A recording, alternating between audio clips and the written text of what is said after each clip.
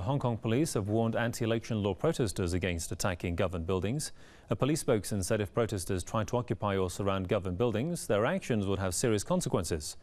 The official also said the riots also allow criminals to take advantage of the situation and undermine public order. The warning came as tensions grew with the approach of a deadline set by demonstrators for the city's leader, Leung Chunying, to step down. Protesters earlier threatened to occupy government buildings.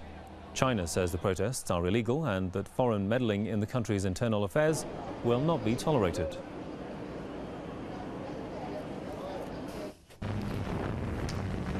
This is one of the main business districts of Hong Kong, and these protesters are here to show their anger at an election law which they say is unfair. The law, which has been approved by Beijing, will come into effect in 2017. It allows Hong Kong citizens to choose the region's leadership directly, but voters will only be able to choose from a list of pre-approved candidates.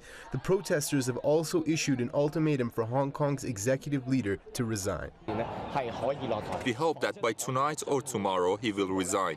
Otherwise, we will announce an escalation of our movement, including occupying or surrounding different government buildings. The U.S. Secretary of State has also thrown his weight behind the protesters. John Kerry, who's hosting his Chinese counterpart in the U.S., says Washington supports universal suffrage and open society in Hong Kong.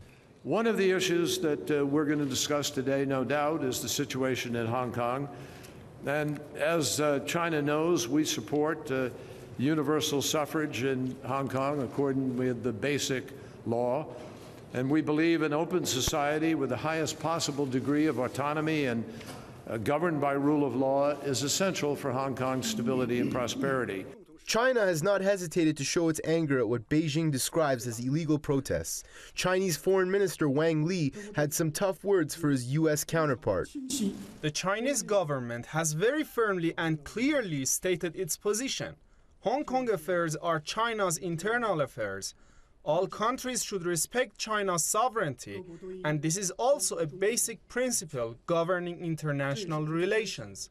The sovereignty of Hong Kong, which was ruled by the UK for well over a century, was handed back to China in 1997. The territory is now governed under the one country, two systems model, which allows some autonomy and more freedom to the region.